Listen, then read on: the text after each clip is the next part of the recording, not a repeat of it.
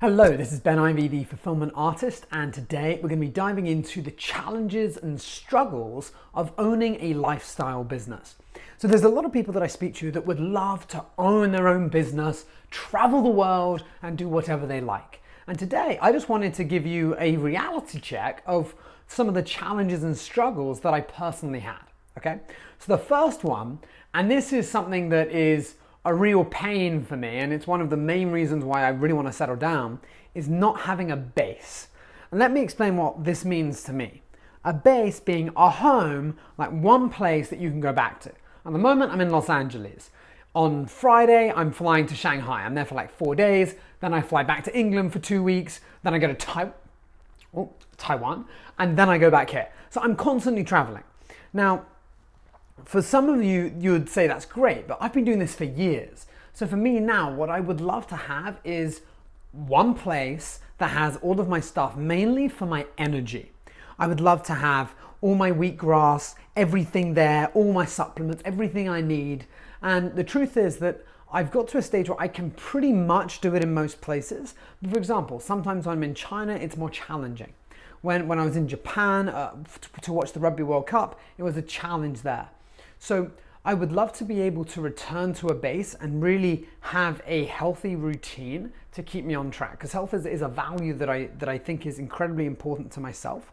So health has been something that has been more difficult to optimize for me, especially without that base. So for those of you who want to build that lifestyle business, just bear in mind not having a base is one of the challenges you'll face. Next, an exercise routine. Oh my gosh, I can't even tell you. When I first started to travel, I got so fat. And some of you won't believe me, but I want to tell you this. When you are in a smaller room, because usually when you travel, you're not going to hire a really big place. So I'm in a slightly smaller room, and I remember sitting down on all my client calls, and this was maybe 2-3 years ago, and I would sit down and I'd do all my client calls and I'd type away and I'd chat to them. But for some reason, I just started gaining weight, and it's because I wasn't moving in the day. So I originally got a Fitbit, now I have an Apple Watch. The reason that I need that is to check my steps of the day. So now, it's coming up to midday. I'm on about 7,000 steps. That's good. But previously, I remember looking at it and I was on like 2,000 for the day. So my body just started to break down and I had no exercise routine. So for me, something that's been awesome has been yoga, being able to work out at home, and running. So these three have been amazing. So for example, when I go to Shanghai, I'm only there for a few days next week. I can basically do my routine, keep my exercise on track. So an exercise routine is of paramount importance. You'll notice the first two are on health. The next one is on something slightly different, cash flow. Okay, cash flow in different countries. Now it's okay because you've got things like Revolut and Monzo. But when I first started, and to be honest now, because I've got a Monzo card, I haven't really used it. I used to struggle so much. I used to, for example, make money in one place and then think, oh my God, I'm traveling. I remember a moment when I was traveling to LA, I have no dollars. I just have some Chinese yuan. And I had to go to the bank and get $500 in cash. And then go back again the next day and get $500 in cash because I just had no dollars in Los Angeles. So that was a real struggle. When you're going to all these different places, having some sort of monetary system is helpful. And I know they've got cryptocurrencies and things like that you can play around with, so now it's better. But cash flow is something to really think about. Where you're traveling, what currency do they use? Because you want to make sure that you have what you need in order to get by. Okay, number 4, illness. You guys won't know this. You won't. 2.5 years ago, I burnt out badly. Like for 6 weeks. This is 6 in Chinese for those who don't know. I don't have a random little cool thing. Where am I? 6 weeks. Okay, 6 weeks. So burnt out for 6 weeks. Horrible. I literally remember being in Los Angeles and for some reason, I just was dead. Like done. I was training for a triathlon. I didn't really understand it. And I just out for the count. Now, when you have a lifestyle business, you are your product. So the issue that arises is if you can't deliver and you can't do things, you make no money. So for me, I was lucky. I built myself a base. But if I hadn't, I would have really struggled. Because if you are your business, and most people when they do a lifestyle business, you are your business, and you get ill, you've got nothing to fall back on.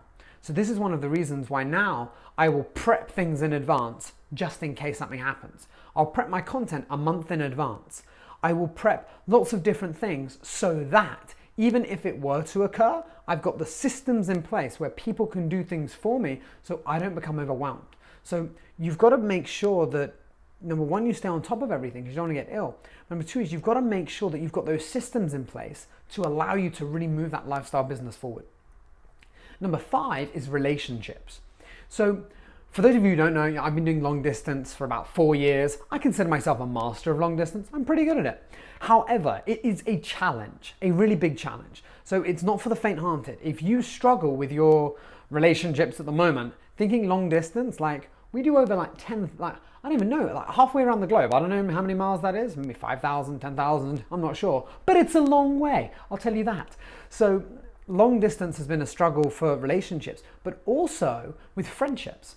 It's something that I've struggled with because how can you maintain a friendship at a high level if you're constantly traveling to new places? And the system that I have is I'll sometimes Skype some of my friends, I'll speak to them on the phone, I'll do as best I can. However, I still don't get that in-person contact.